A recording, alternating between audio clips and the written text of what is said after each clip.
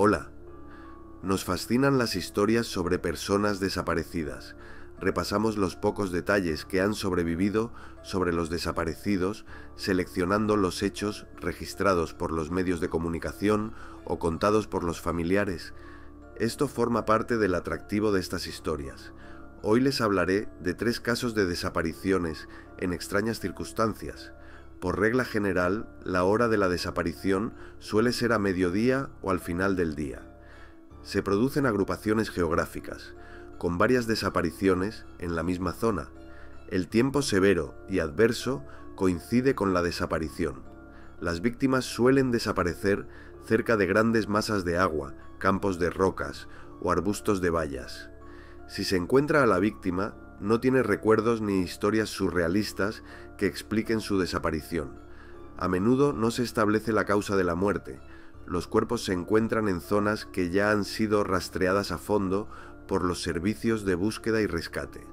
Los equipos de búsqueda y rescate suelen ser incapaces de encontrar ningún rastro, o si lo hacen, desaparecen a mitad de camino.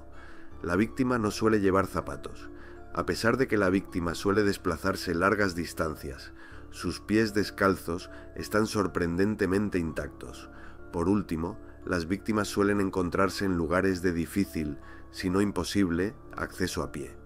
Las personas desaparecidas se denuncian a última hora de la tarde, cuando la visibilidad es escasa y las operaciones de búsqueda y rescate pueden prolongarse hasta el amanecer.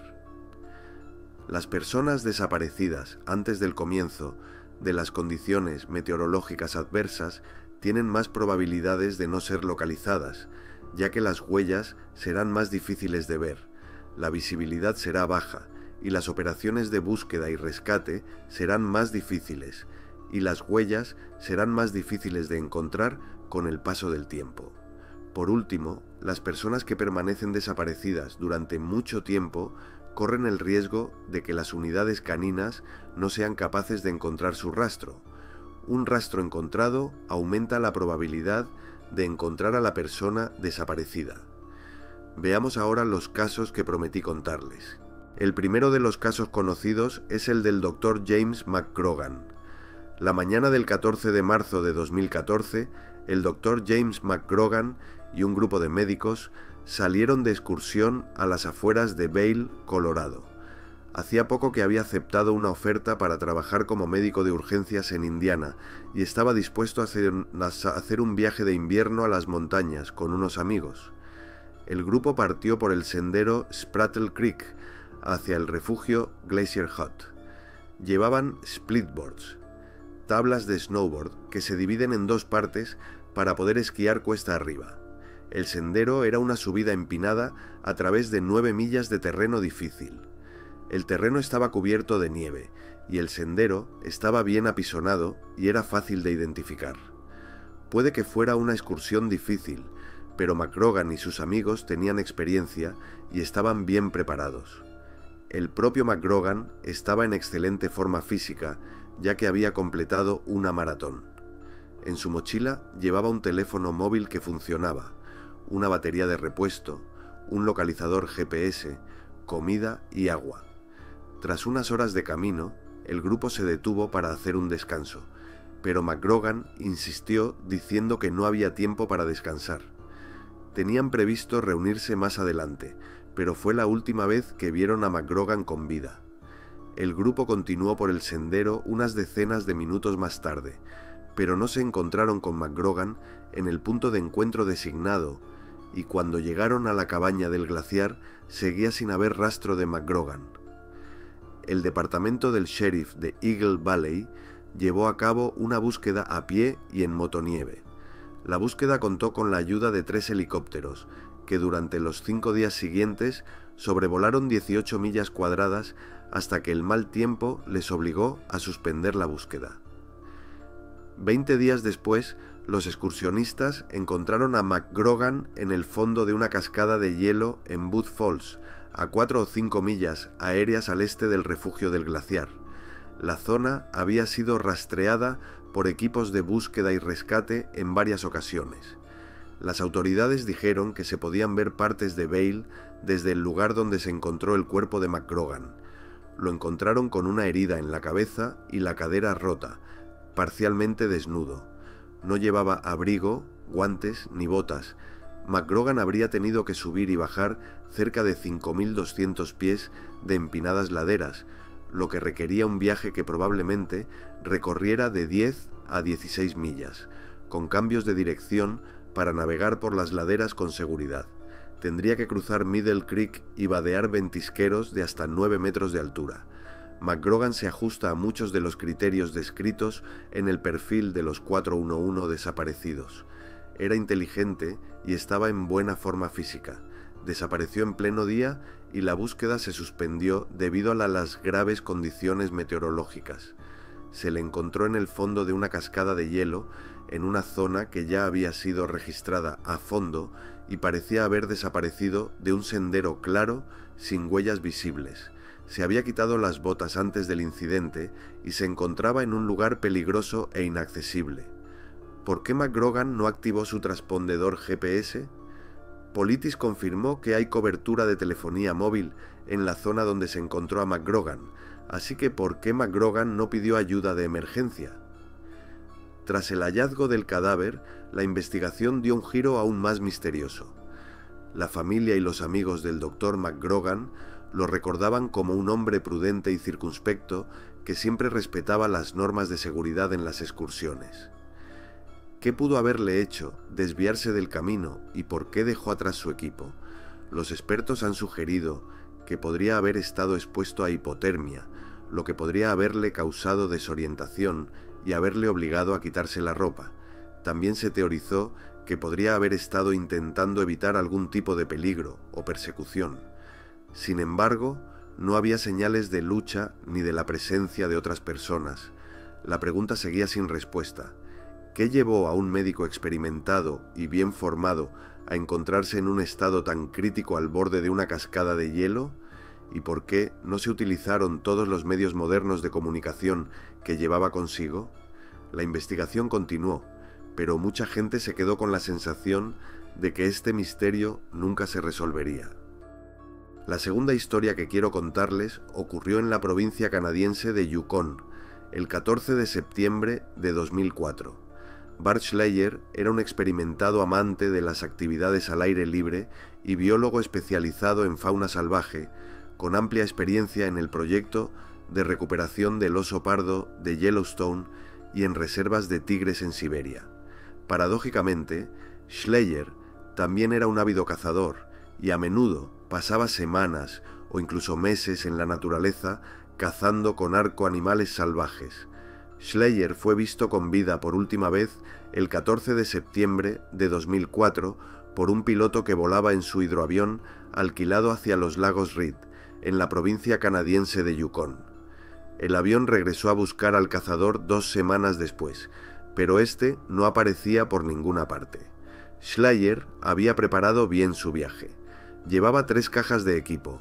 Una estaba llena de comida enlatada que debería haberle durado un par de semanas. La segunda, de ropa para el viaje, y la tercera contenía su equipo de acampada, que incluía una tienda, un saco de dormir, una barca hinchable y mucho más.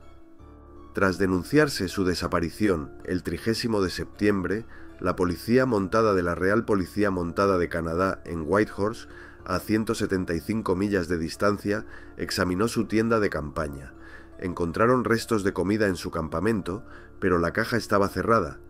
Encontraron su barca a media milla del campamento, en la orilla de un lago espeso. Estaba anclada por ambos extremos en una espesa maleza.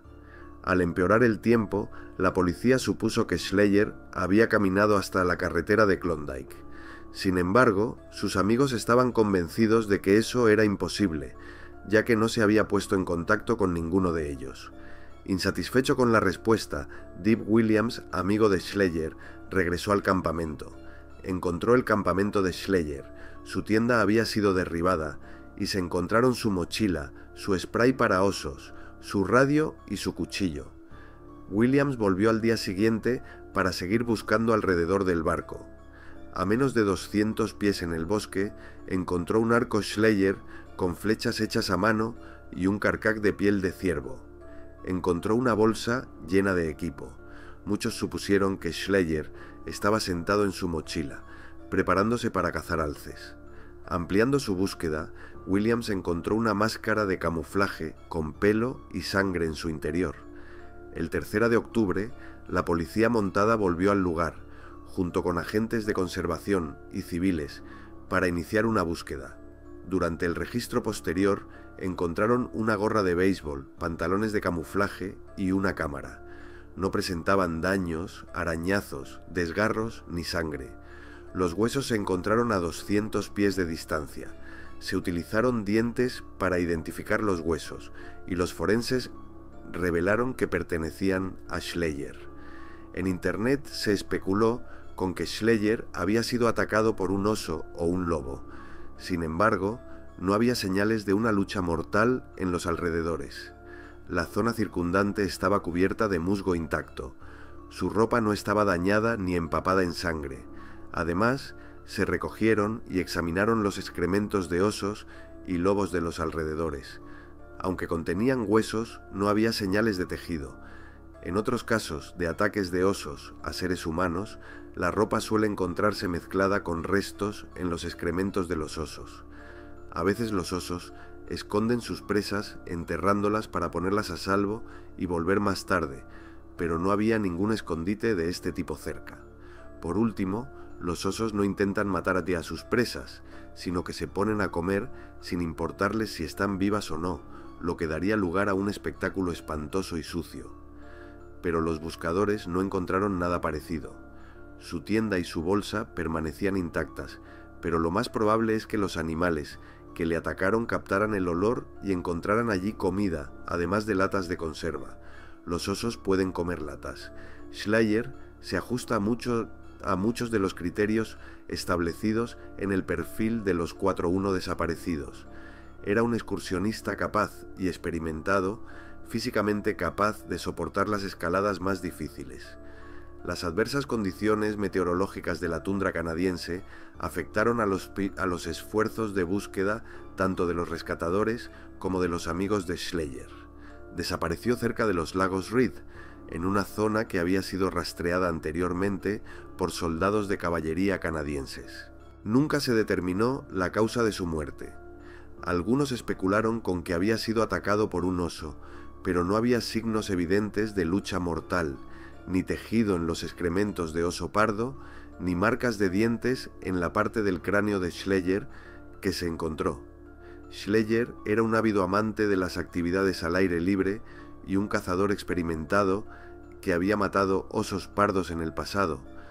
Teniendo esto en cuenta, ¿cómo pudo resultar herido por un ataque sorpresa de un oso? ¿Cómo le quitaron la ropa sin dejar marcas de garras o dientes? Y sin señales de lucha ni restos cerca, ¿qué le ocurrió en este bosque? Estas preguntas siguen sin respuesta, y la historia de Bart Schleyer se ha convertido en otro misterio añadido a la lista de desaparecidos en la naturaleza. Y el tercer incidente le ocurrió a Mike Peterson en West Yellowstone. El 4 de junio de 2017, Mike Peterson salió de excursión en solitario por West Yellowstone. Iba vestido con un chaleco de caza naranja y polainas, y estaba bien equipado con spray para osos, comida y un arma de fuego. Emprendió la marcha por un sendero conocido que ya había recorrido antes con sus hijos. De hecho, estaba tan familiarizado con el sendero que sabía dónde había cobertura para el teléfono móvil. Durante la excursión, envió mensajes de texto a su esposa, Bonnie Sanger, que se encontraba en otra parte del parque.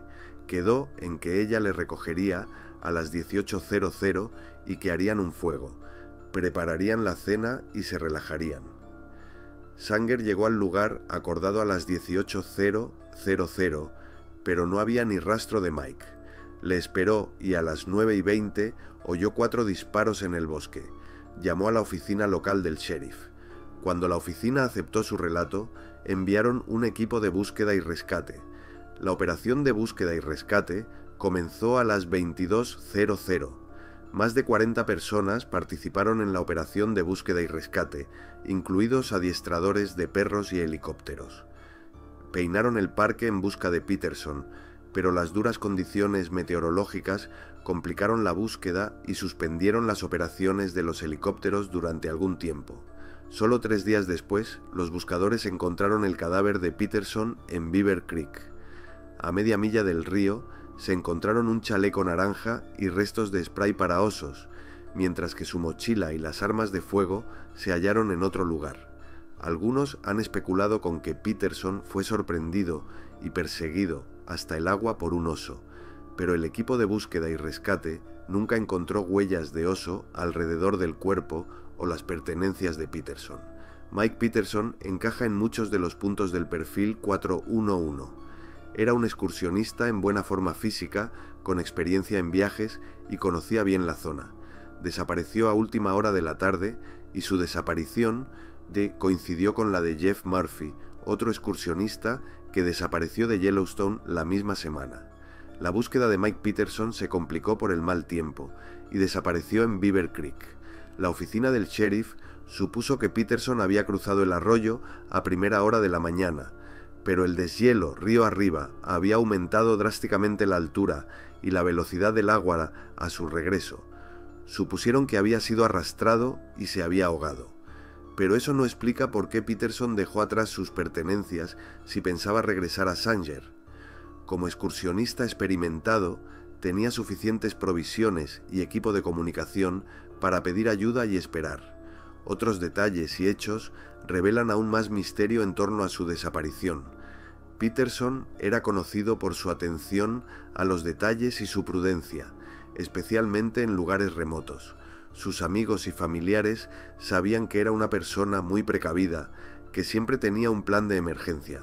El día de la excursión no mostró signos de estrés o ansiedad. Tras el hallazgo del cadáver, la investigación reveló que su localizador GPS estaba apagado y que su teléfono móvil estaba completamente cargado y no se había utilizado para pedir ayuda. Su spray para osos estaba parcialmente usado, pero no había signos claros de que se hubiera utilizado con fines defensivos. El hallazgo del chaleco y del spray para osos en distintos lugares suscitó más preguntas que respuestas. Los testigos que se encontraban en el parque ese día recordaron haber oído ruidos extraños en el bosque, pero no pudieron precisar de qué se trataba. Algunos incluso vieron luces extrañas en el horizonte que no podían explicarse por fenómenos naturales o actividad humana. Aunque Peterson fue encontrado, aún quedan muchos interrogantes por resolver y es probable que nunca se resuelvan. Su desaparición y las circunstancias de su muerte siguen siendo uno de los muchos misterios del Parque Nacional de Yellowstone, que nos hacen preguntarnos qué pudo ocurrir realmente en aquellos días. La desaparición de 411 es un intento de establecer una conexión entre casos aparentemente no relacionados. No proporciona una explicación o razón para estas conexiones. Sin embargo, tanto escépticos como creyentes se apresuran a especular sobre la verdadera razón de estos casos. Los escépticos sostienen que estos puntos de perfil son coincidencias debidas a la selección de datos y explican estos casos con una serie de hipótesis. Las víctimas que se encuentran en condiciones mentales y físicas óptimas pueden sobreestimar sus capacidades y ser menos precavidas de lo necesario dadas las circunstancias. Con temperaturas frías, las personas pueden sufrir hipotermia y empezar a desvestirse paradójicamente, lo que es frecuente. Su confusión en este momento puede dar lugar a largos desplazamientos y comportamientos extraños, incluida la retirada de prendas como los zapatos. Los delincuentes violentos pueden visitar o retirarse a parques nacionales en busca de víctimas fáciles. Prefieren estos lugares por la falta de vigilancia y de testigos. Las víctimas pueden haber sufrido depresión o trastornos mentales y haber ido al bosque para rendirse definitivamente. Estas son solo algunas de las hipótesis planteadas por los escépticos. Muchos creyentes se inclinan por explicaciones paranormales como razón de la conexión entre estos casos. En su opinión, estas desapariciones y muertes fueron causadas por secuestradores alienígenas y por Bigfoot. Supuestamente, Bigfoot prefiere la soledad de los parques nacionales y se siente asustado o amenazado por los turistas intrusos. Algunos sugieren que esté habitado por criaturas embozadas llamadas gente resplandeciente. Sin embargo, su origen y propósito no están claros. También se ha sugerido que son criaturas de las cavernas, similares a los duendes de Hopkinsville, porque el mapa de los desaparecidos de Politis se parece mucho al mapa de los sistemas de cuevas de nuestros parques nacionales. Las discontinuidades en el tiempo y el espacio también se han considerado una causa, porque las víctimas a veces desaparecen instantáneamente, casi delante de los testigos, o desaparecen sin dejar rastro. En cualquier caso, estos misterios nos atraen porque no se pueden resolver.